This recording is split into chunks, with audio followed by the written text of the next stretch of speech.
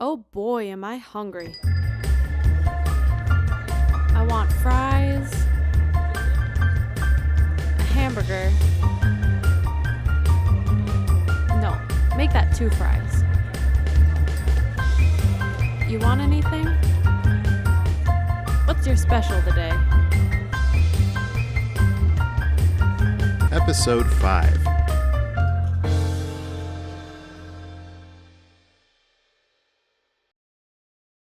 Welcome to another episode of the Northwest Builders Lunch Hour. Today I'm excited. We've got some fantastic guests. We've got Stephanie Prosser with Prosser Maintenance and Handyman, and we've got Kerstin Cobb with the Material Bar. And I'm getting used to these because these are new business names for these guys. We've gone back a little ways, but they're growing and changing, and so glad you're with us today. Hopefully you got something to eat. We have got food from the brick today. Stephanie has a chef salad. Kerstin has a taco salad. Go ahead and dig in, guys. Vanna, look how amazing. And and I am eating a veggie grinder with the addition of looks good too. Oh man, yeah. Boca burger. I got a big portion. Yours here. is like in a fancy cake box. It is. I got like the cake box here. Yep.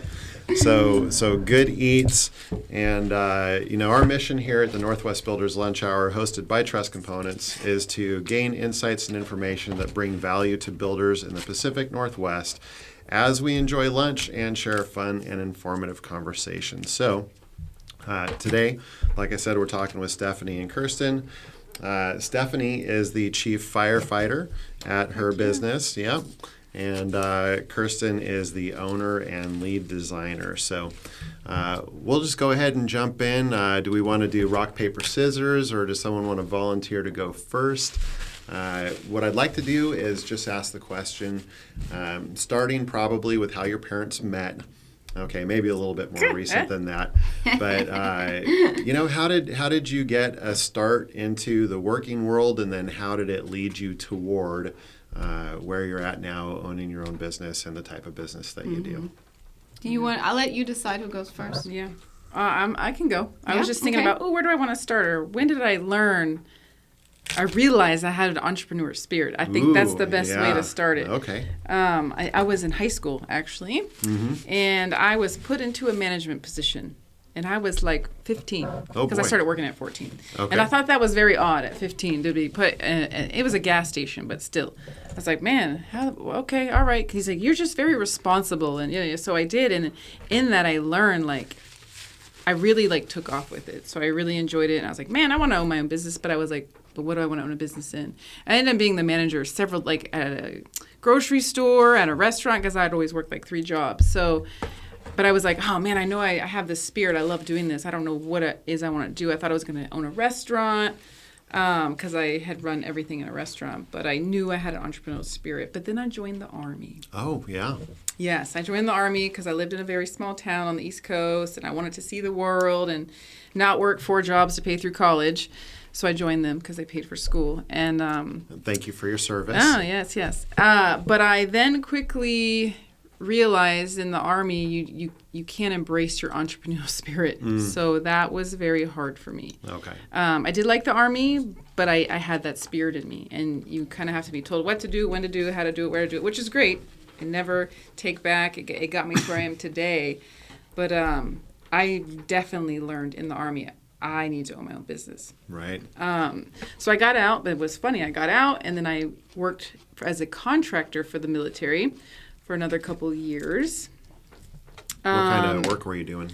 I actually was IT in the military. Oh, no kidding. Nothing to do with construction ever in my entire life. Yeah. Until I started this about 15 years ago. But what that journey brought me to was I still had the entrepreneurial spirit, but it brought me to money, to have some money. Because as a contractor, you kind of make more money, and I didn't have kids. I wasn't married. So I was saving it all, and that brought me to the love of old, crappy houses. Okay. And so I was like, I've saved some money. What do I do with this money? What's the best thing to invest in? I'm like, that time HGTV just came out with all their flipping fun and remodeling fun, and I just love those shows. And I was like, I'm gonna buy me a little dump and I'm gonna fix it up. They do it on TV. It's so easy. So easy, and they're always done in like one episode. Oh yeah, right? I'm done in I'm done in less than a week. A whole house remodel. I despise those channels now. They're fun to watch, but it gives everybody a false reality, and it makes us hard in our job now.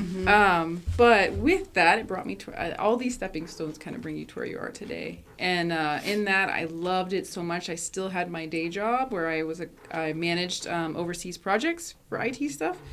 But at night and on weekends, I was flipping houses, learning YouTube University, how to tile, how to tear out flooring, how to remodel kitchens. And I loved it. I love driving. I would drive streets and look at old houses and want to fix them all. And I had a kid at that point. I got, married, and I made good money and I had good benefits. So I was like, I can't leave, even though I'm miserable driving to work every day. But I had that spirit in me that wanted to do it so bad. So I finally did. 8 years ago, I left that job and I never looked back. Wow. And and I love the stress of being an entrepreneur. That's crazy, but it's a crazy love. Yeah, it takes a certain kind of drive, but I think the stress helps drive you, doesn't it? It does. Yeah. It's like, her and I talk about it all the time. It's like, you almost get addicted to it, like the stress and pushing yourself, and you can do anything you want to do. As an entrepreneur, you can make whatever you make of it. So, yeah. So that's an awesome journey. That entrepreneurial spirit. Yeah. Yeah. So remind me again, what was it about the building that drew you in with, 800 different options to open your own business?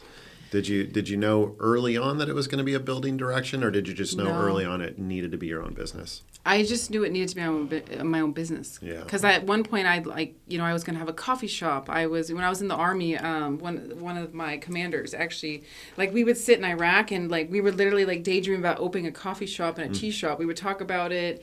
And then at one point I thought it was going to be a restaurant because I had run every entity of a restaurant as I was younger before I joined the military. And I didn't necessarily I wasn't passionate about anything, or I just knew that I wanted to own something of my own. Yeah. And then it just so happened the journey of the of HGTV and the time of money and real estate is a very good thing to invest in with your money. I think just through life, it just kind of transpired itself. And then I found something that I never done. I never did construction. I wasn't around it as a kid. I just loved it. And I was like, I guess it's timing of life. And then I just love it. And I love, especially when I first started doing, because I've been doing it 15 years, but I've had my business doing it for others for 8. And so all those years before it was just for myself, and it was flipping.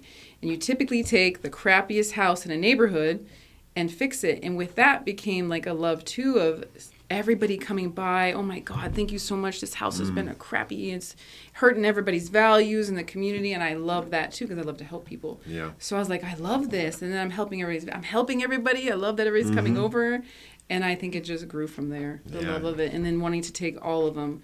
I love real estate investing. That's my true heart of what I love, and this business goes hand in hand with it. They can kind of scratch each other's backs. Right. So.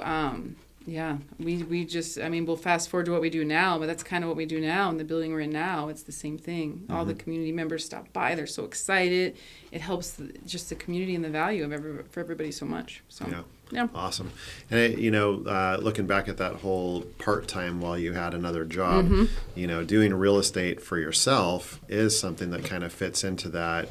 You can start a business part-time doing that, whereas so many other businesses that you would start, you would have to just pour everything into them all at once, and if you wanted to be successful. So, awesome. Okay. I think you're up, Kerstin. Okay. You had some time. Yeah. Okay. I know my beef here. Okay.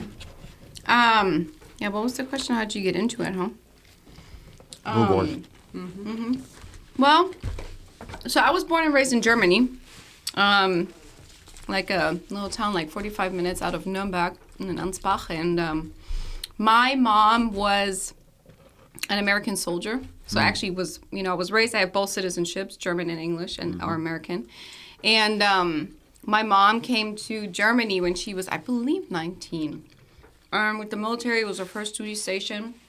I was so excited, to see the big world, right? And I fell in love with a German soldier. And it was funny because it was like the opposite. And back then, nobody knew how it was like the opposite. Everybody knew like, oh, your dad was an American soldier. No, it was Right. my mom. I remember when I was growing up, I would go to school in Germany and like everybody, my mom would just like always yell at us in English. Yeah. And like all the kids in my neighborhood were scared of my mom. They were all scared of my mom. It was so funny. But yeah, so I was raised bilingual, but I lived in Germany until I was 24. And I went to school and then I went to work. Like, you know, the German school system is like completely different. So I ended up doing school, and it's like a combination where you do 3 days a week or 4 days a week. You go to work, you learn a real profession, and then you go to school, and then you kind of do the whole learning about that profession in the back end and other subjects. So What age is that at?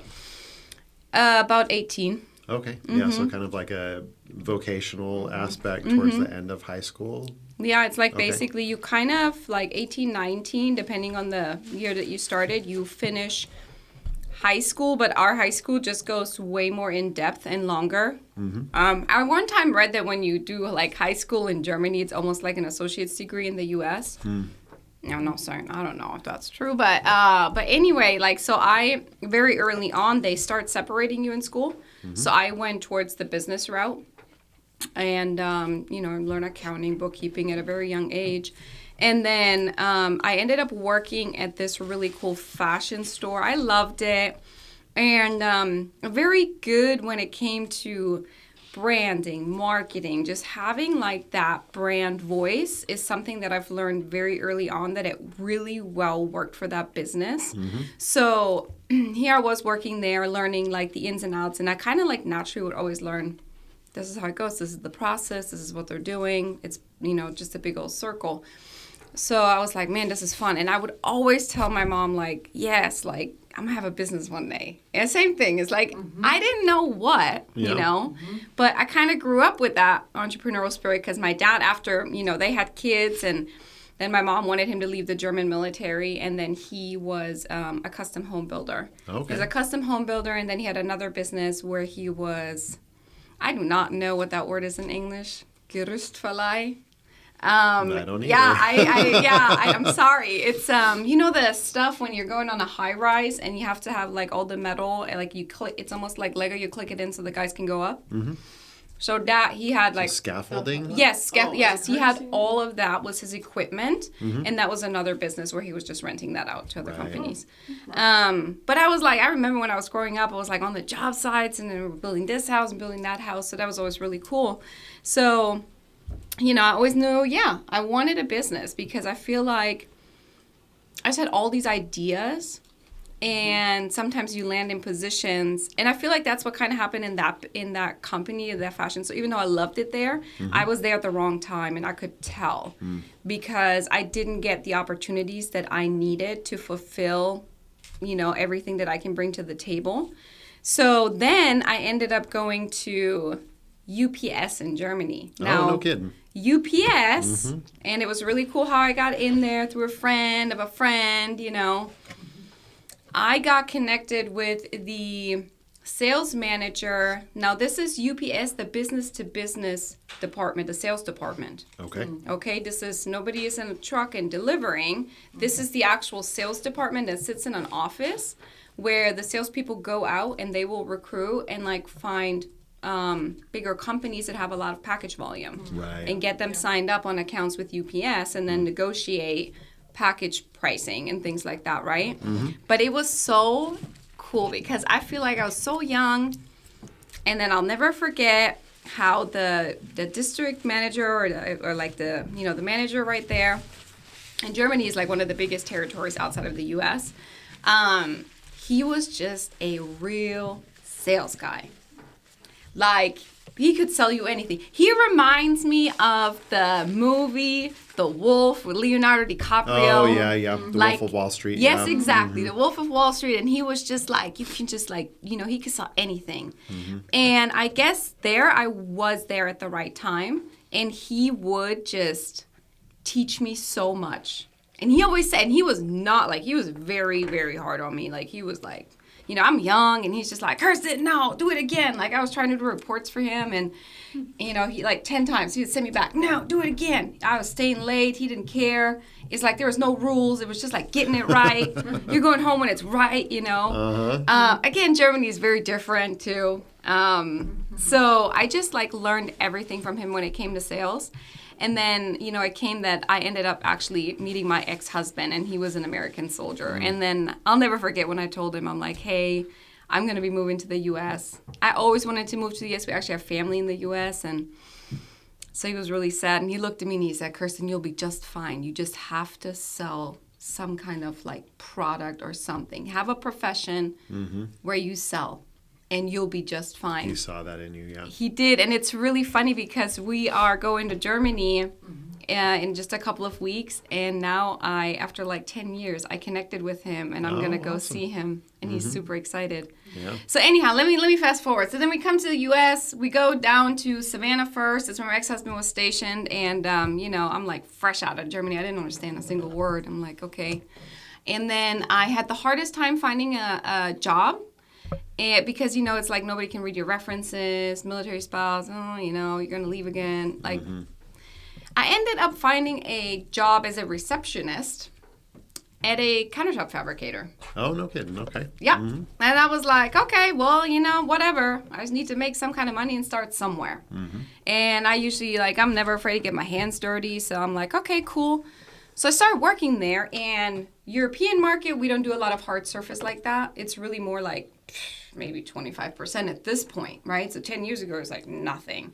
And coming over here, especially in the builder market, it's like in the 90s when all the Ubatuba, Santa Cecilia, all those granites, those builder colors, they kind of took off here. So me coming there in I don't even know what that was, 10 years ago, 2013, it was a hot market. I mean, it was the new thing. It was the new thing. Everybody wanted granite, and I'm just going there, and they're driving around with the forklifts and pulling around all these big slabs, and I'm like, what the heck's going on here? It was just really cool. So from there, I quickly learned the entire business, and, it was a small business, and I was like, okay, this person doing that.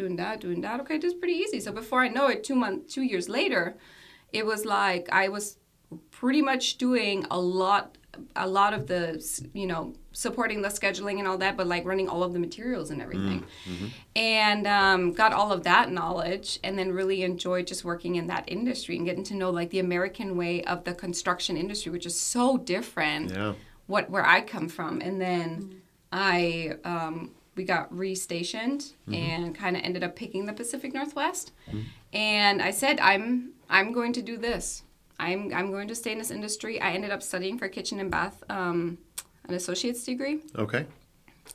Which is very just detailed on that topic, and I love it. And then I went to somebody in Yelm, and I worked there as general contractor, and they kind of just got into cabinetry, and just off the bat fell in love with cabinetry. I was like, wow. It's like you have to be so technical to do cabinets right, because there is it's literally like the building stone, like the foundation of that kitchen. Everything else is kind of setting on it, like center lines with plumbing, electrical. It's like, wow, there's like a lot at stake here, you know? It's like you can't just mess around. So that person had somebody who was doing like all their drawings and kind of didn't want me to go the full route of learning everything about cabinets. So at that point I said, that's it. I'm just going to do it myself. Yeah. That entrepreneur spirit kicked it right just in. kicked right Ready in. to keep growing. Yeah. It did. I was like, okay, I'm just going to go for it.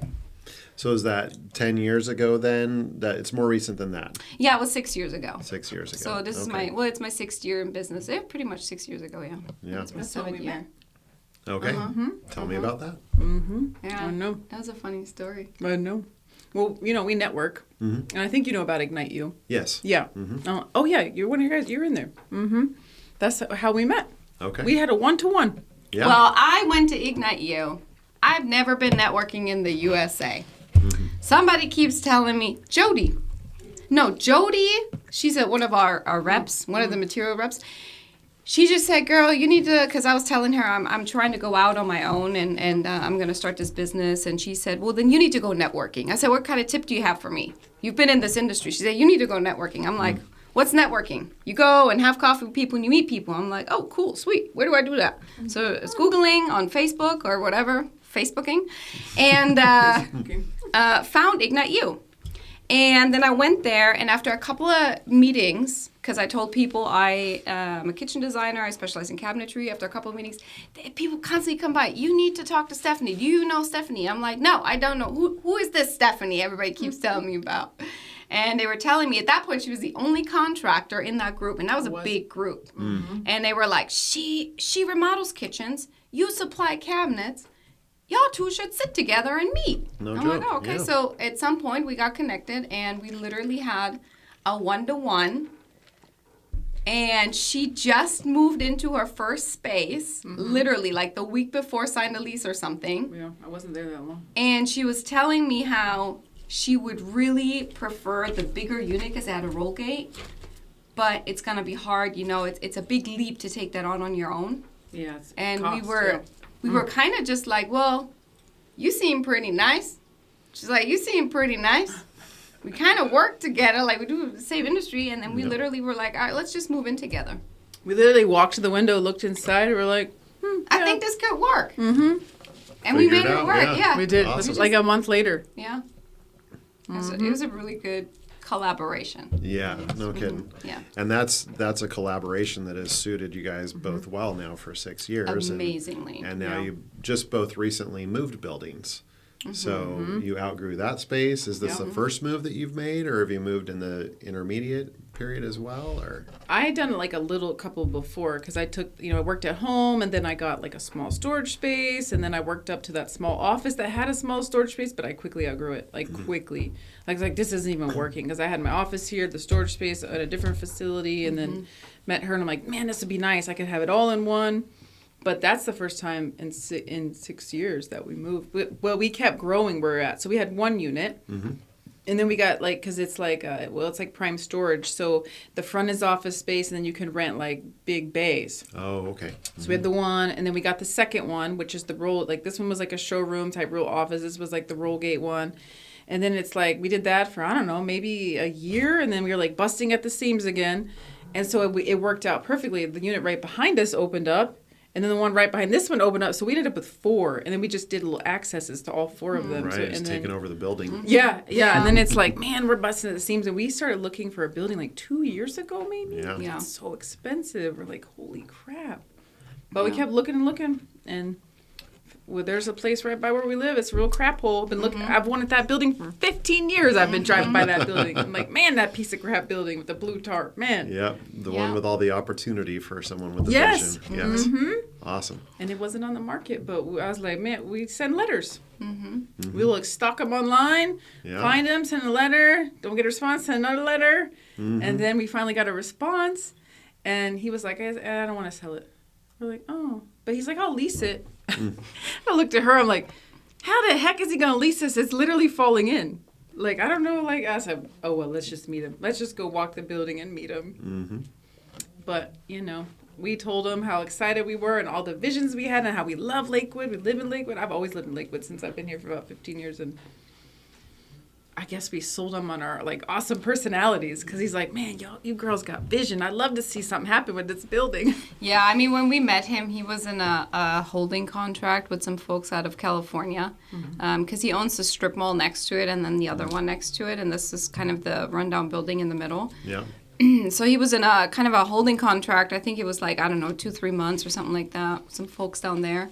They were thinking about buying it, and he said that their intention was to tear it down, build a new strip mall. Mm.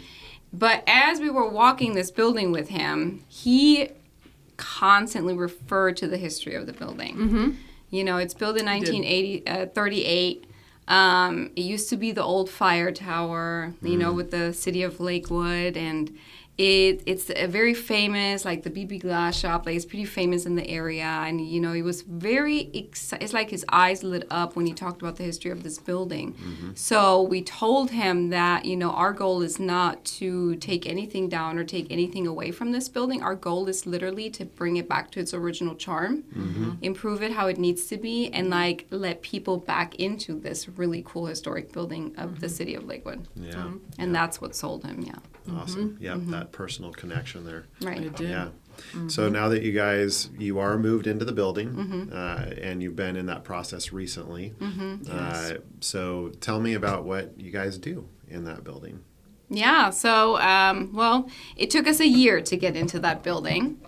You know, permitting was, you know, a lot of work. We all know that here. What, the Builder channel, I think we all know that. There should be a whole episode just about Right. permitting. Just about permitting. We actually, so if you're listening to this today, go back and listen to our previous episode. We'll get it in the show notes for sure, but episode number 2 or 3, maybe 4. Anyway. 2, 3, 4. Yeah, just work some magic with the video editing on that, and whichever episode it actually was, let's have it be that one. And anyhow, maybe it'll pop up on the screen or something.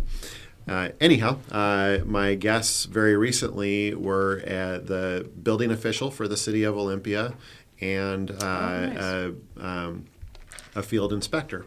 And we had a great conversation about how to streamline the permitting process. Oh, wouldn't that be nice? And so, they had, you know, great ideas. What I really found out, you know, listening to the builder's perspective, and I'm not trying to throw anyone under the bus or bash anyone here, and we all get frustrated when we have to do more work than it feels like we need to do for anything. Yeah. But boy, you hear about the hassle that it is to get permits, and I'm not going to deny at all that it's a hassle. But I really got a good feeling that the building officials want to help you get a permit. And so they've got a lot of great tools to help you through that process. It was just a great interview and good to hear about a lot of that stuff. So if you're listening I'll have to today watch and you that. haven't listened to that one already or watched it, go back a couple episodes. And that was Mark Clausen and Eric Jensen from the city of Olympia. So, Nice. Very cool. Yeah.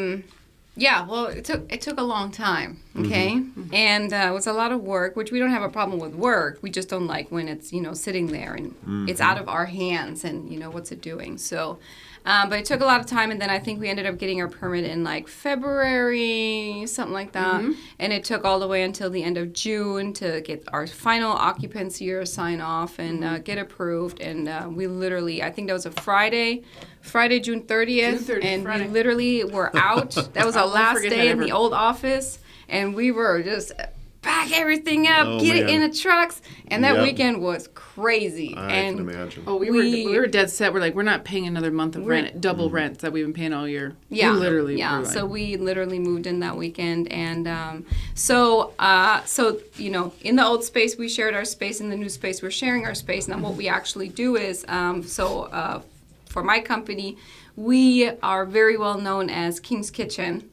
And that's how we met a couple of years ago and going through Mastermind and things. But I was, you know, I always wanted to rebrand. I remember when I got into business, I thought about my business name for like 5 minutes. I was like, something kitchen. But it's not like, I don't know, I'm a marketing geek, and just the more and more I got into it and the more and more into the industry and stuff, I was like, I always wanted to rebrand. And because we moved into this new location, all new window decals, all new business cards for, you know, addresses and stuff, it was just the perfect timing. Right. So then we switched over, and you can now find us under the material bar. And I'm very, very excited about that. Yep. And we specialize in cabinetry. We do residential and commercial casework. And we do anything from entry level to high end, real custom projects. And so we carry a lot of different lines. We work manufacturer direct. We have a lot of wholesale accounts. So we work with general contractors, with builders, with homeowners direct, with designers. And on top of that, we also offer other finishes like countertops and tile and flooring and all that that good stuff to kind of put the entire design concept together and supply people for their project. But I think the most important thing that we do is really putting everything together, because I feel like you can go anywhere and, yep, I'm going to buy some cabinets. All right, no problem.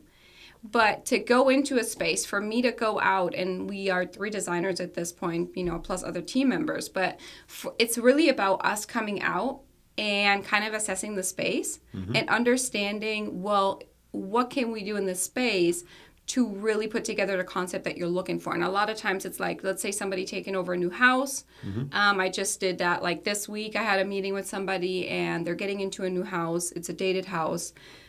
It's not about just trying to maybe save, $5,000, whatever, keep everything the same footprint. No, it's about, we want to make this work for our family. So we're going in, and it's all about space planning, putting it together, being a little bit witty about the different materials and what can I source here and there, and just being a lot more innovative. And like, I'm just going to say it, not lazy, right, with your thought process and what you're putting together for your client. Because I feel like there's just so many people in this industry. It's just like, here you go, boom. Yep. And that's just Made the sale, move on. Exactly. It's just lazy, but really focusing on trying to put together like the best version of, let's say, that kitchen, because we focus on a lot of kitchens. Like that's just what we really love. Yeah. So I've got a couple more questions to ask you about that, but I want to have Stephanie describe what she does first. Yeah. So, when we were just talking and writing down the names here, we were Prosser Construction, and I want to say it's been about 6 months now. We created a DBA and kind of a division. We're still Prosser Construction.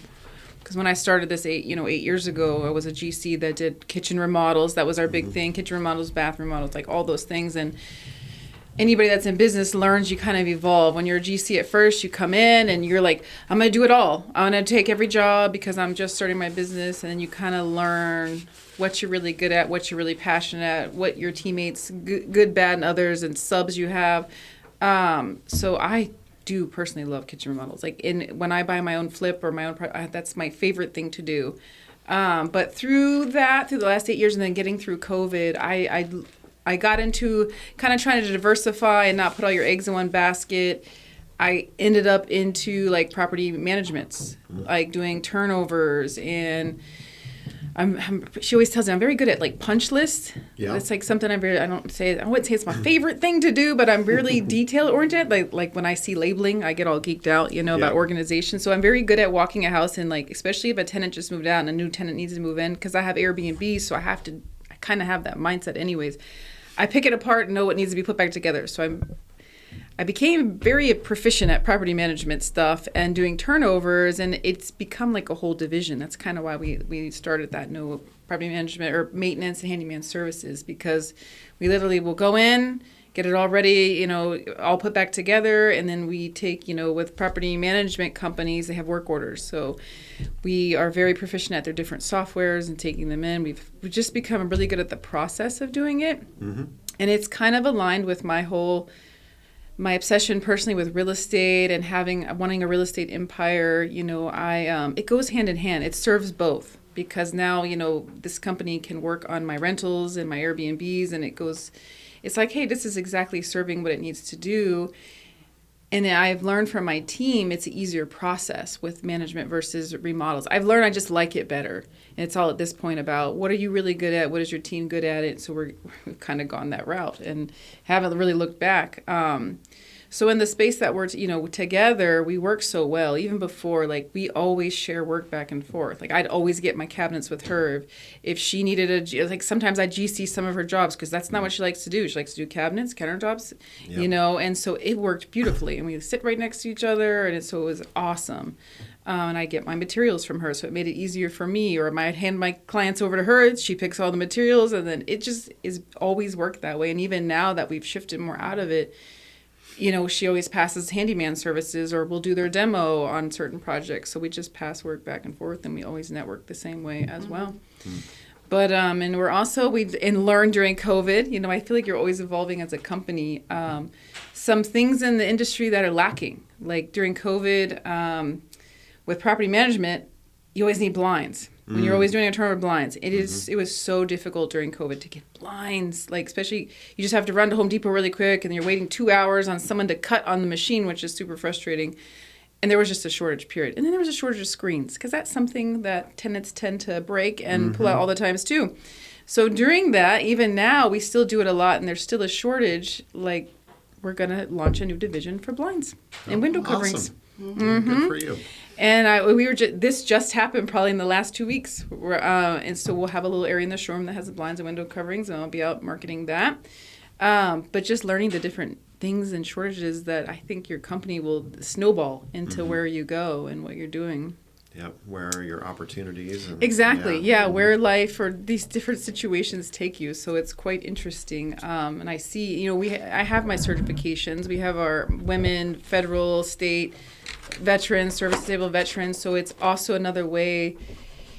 As a GC, when you go to bid these big school remodels, these big things, it's really hard to get in. It's super hard. It's super competitive. But it's like, hey, they all need blinds, all the schools, all the hospitals. So I'm excited about finally, for a while, but pre-COVID, I was able to use my certifications a lot. But I'm excited about it would be something simple in the estimating process and to get my team geared to be pretty efficient and fast. And the goal is to work my way out of my business, more or less, to not be there every day. Because I really want to spend so many days, and working in Mastermind with Alan, I want to spend so many days a week working on my real estate empire, you know. And the company can run itself. And I think, going these different processes will do that. Yeah, awesome. Yeah. So I want to talk a little bit about the rebranding. So, our goal here is to help other builders in our area improve their businesses. And I know a rebrand is something that it's not uncommon, for people to recognize my business has changed or, I need something to set me apart. So can you tell us a bit about what that rebrand was like? So you shared a little bit about your motivation. How does the process work? How did you guys pull it off successfully? Well, I know for me, I'm very blessed because I have Courtney. Shout out to Courtney. She is my marketing girl. Yeah. And she works part-time for us, but she's just very good about social media and all those different things. So we made a plan with her. And then also Bethany, she's our kind of our office manager. And her and Beth and Courtney really worked on that together in terms of, okay, what does that mean? Chad knows we love YouTube and we have a lot of followers, and we actually get quite a bit of projects from our YouTube following. And obviously we were like, okay, what does that mean for YouTube? No problem. We just changed the handle. It's not recreating a new account. The same on Facebook, on Instagram, all these things. And I think you're limited on some of these platforms to you can't just constantly rebrand. And obviously that is not good for a company, right? But if you're looking at some of these bigger companies, it is okay maybe once or twice down the lifespan of this company to go in and maybe do a refresh and do a rebrand, I think so for example, Belmont is a company we work with a lot, and I still have people sometimes coming in the door, I remember them when they were still Pacific Crest. And I'm like, yep. And all they did was, it was just a refresh, right? And it was really great and looks clean. And so that's what it was for us. So, and our problem was too, when, as Stephanie said earlier, you go into business and you kind of are you have a general idea of what you think you're doing, but then the market might tell you otherwise. And you're kind of shifting. And I know for us it was, okay, I want to do cabinets. Then people couldn't find a cabinet install. Then I had to shift and also add cabinet install. Then I wanted to add other materials to that. Then COVID hit. During COVID, the biggest problem that my clients complained about was, well, we don't have a general contractor. I want to buy these cabinets from you, but I can't find a general contractor. So at that point, I'm like, okay, now we're going to take on design build. And then we brought on the right people for design build. We ran a couple of projects in-house. But then after COVID now, I feel like over the last, I would say, year or 1.5 years, I have, then you go out again in your surroundings to networking again. And I feel like I found amazing contractors again, to where I can say, okay, my dream is not to be a design build. My dream is to focus on what we do really best and what we have the most fun doing. I don't want to manage crews, and I want to, work with my clients, right? And teach the next generation of designers how to work with their clients and be just different and innovative in the next generation of a kitchen designer. So I was like, okay, we are in a safe spot now where we can say we can recommend some people. And because we do get a lot of leads that come in and ask for a general contractor. And so it kind of all went hand in hand. We said, we're going to make this cut. And we made that cut like the end of last year to not do design build anymore. We're really going to go back to, keeping it simple, what we do best. And that whole rebrand kind of encourages that. We're the material bar because in the industry, materials is a very common word. Where are you getting your materials from? It's materials only or things like that. So it was like, okay, we're going to focus on our materials. And it was just the perfect timing how it all worked out. But yeah, so I kind of was able to delegate a little bit of that. I would encourage maybe doing like one big rebrand at some point to refresh, but don't try to do it like all the time. And yeah. Yep. This meal was brought to you by Truss Components of Washington. Make sure to subscribe so you don't miss the next hot dish. And feel free to invite a friend for lunch next time.